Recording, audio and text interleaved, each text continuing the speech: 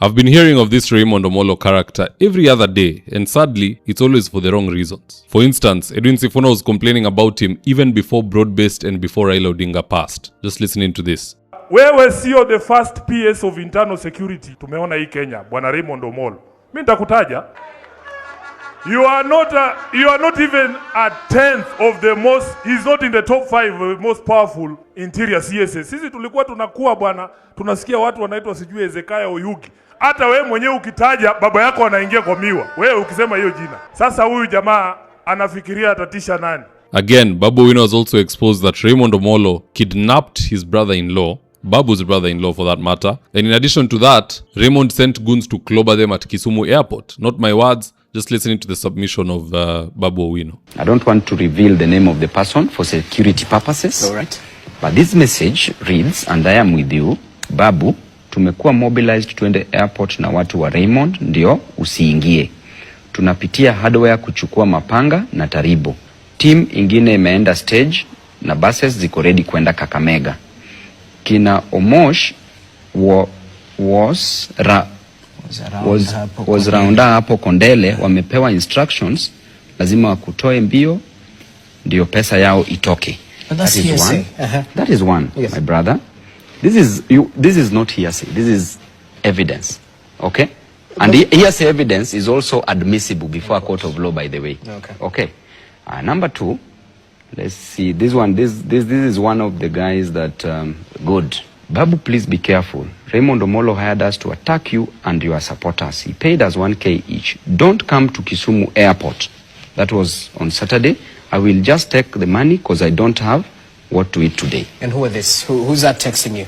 My brother, I can't name names for their security purposes. Oh, okay. These are people who were hired, as they have clearly indicated here, that their interest was just to have the money. Now in this video, I want us to look into some of the reasons why Raymond Omollo is actively doing some of the wicked things that he's engaged in today. And so with no further ado, let's get after it. Now the first reason why Raymond Omollo does what he does is because he's being used badly by Ruto. You see, Ruto wants to create a scenario where it is a Luo fighting a fellow Luo. He can't allow Murkomen to be the one abducting Babu Owino's brother-in-law or organizing goons in Kisumu airport, because that'll affect Broad-Based negatively. And I'll give you another example of this. There's a company I worked for. Nastaki kuwataja, they are very wealthy. Hii kampuni, it was not owned by Kenyans. Ni watu wa dual citizenship, but they are Kenyan and they also wako na nationality ingine, hata rangi ya ngozi ni ingine. They were the head of every department, be it marketing, finance, nini. The only department ambayo iliachiwa wa Afrika, ngozi nyeusi, ni HR, human resource. Why was that the case? Hapo ndo Mwafrika anadhulumiwa. You wake up working in the Thika branch,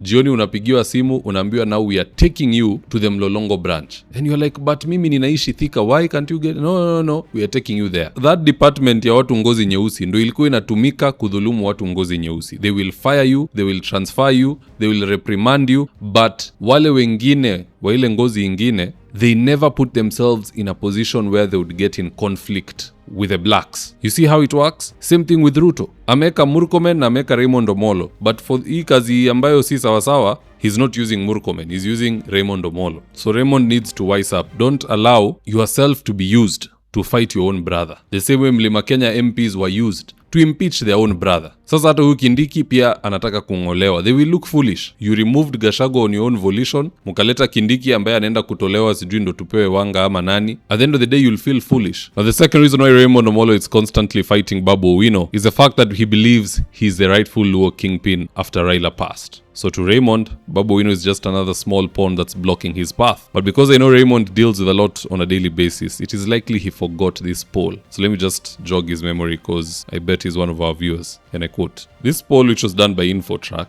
was trying to answer the query of who is the perceived successor of the late Right Honorable Raila Amolo Odinga. Look at who's leading the pack. Babu Owino at 33%. The second closest is youth leader Oburu Odinga at 10%. Now, where is Raymond Omollo in all of this? He is at 2%. And you now understand where the beef with Babu Owino comes in from. Raymond Omollo knows very well that amongst those who are in front of him, Oburu is a senior citizen. Hata akwe kingpin ni sawa, he can't lead forever. Gladys Wanga is facing what we call toxic masculinity. Nimesikia marafiki zangu wengine Waluo akisema hawezi ongozwa na mwanamke. James Agri Orengo, pia yeye miaka inaenda kidogo. So that leadership of the community is not really there. Opiyo Wandayi is not really an energetic or enthusiastic. No one is looking to him for leadership. So between Raymond Omollo and all these people who are ahead of him, Babu Owino is the real threat, which is why he is always having a problem with Babu Owino. So let that poll bring our brother Raymond Omollo chini kidogo. Awache hiyo kiburi pro max, arudi kwa ile kiburi polite, ile ambayo haina uadui na haina abduction na goons na nini. Now the third reason why Raymond Omollo keeps misbehaving is his proximity to power. The fact that he's in good books with Ruto makes him believe that he'll get away with just about anything. For example, just listening to Ruto showering praise to Raymond Omollo. Na nishukuru rafiki yangu Raymond Omollo. Huyu Raymond Omollo ndiye alitusaidia tukapanga mambo ya UDA hapa kabla ya uchaguzi. He is the only person that I know in Nyanza that stood firm and identified with us before the election, risked his job where he was working.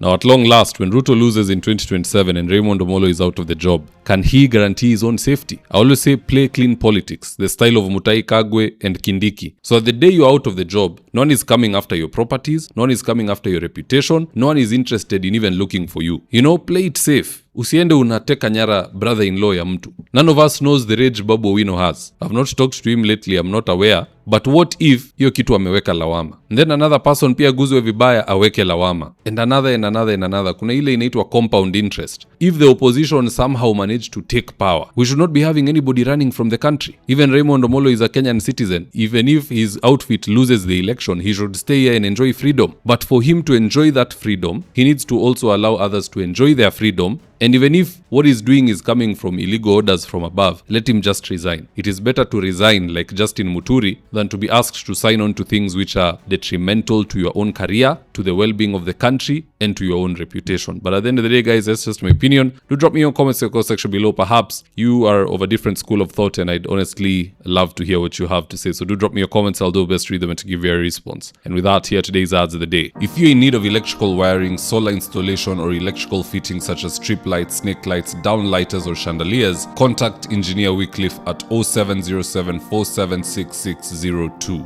and he'll get your house dapped up.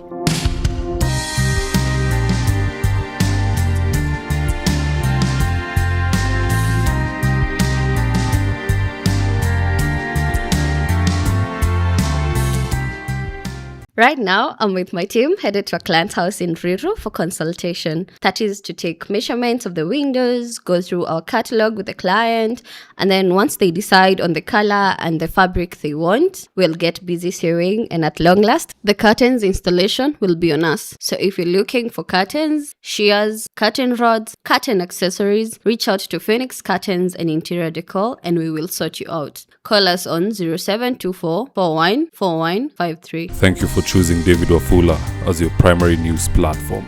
We put countless hours in research, recording, and editing. By showing up each and every day to watch our videos, you encourage us to generate more videos for the viewers. We are on a mission to inform, educate, and build a better tomorrow. To our thousands of followers in a world full of presidents, kings, and queens, you are the real gem. Adios.